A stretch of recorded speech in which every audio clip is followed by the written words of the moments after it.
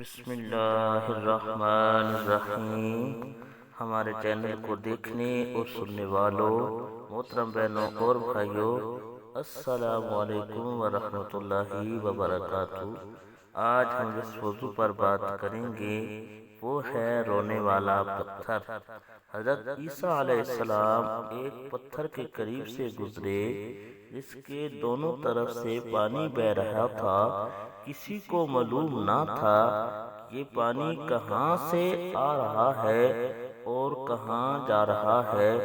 آپ علیہ السلام نے پتھر سے دریافت فرمایا، اے پتھر، یہ پانی کہاں سے آ رہا ہے اور کہاں جائے گا؟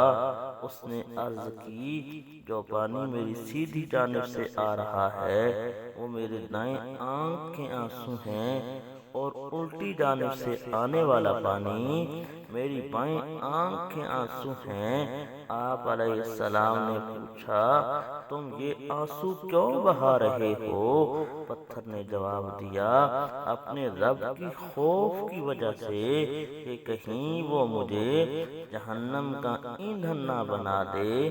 اللہ تعالی ہم سب کو بھی اس جہنم سے محفوظ فرمائے جس کا ایندھن پتھر اور انسان ہوں گے۔ آمین۔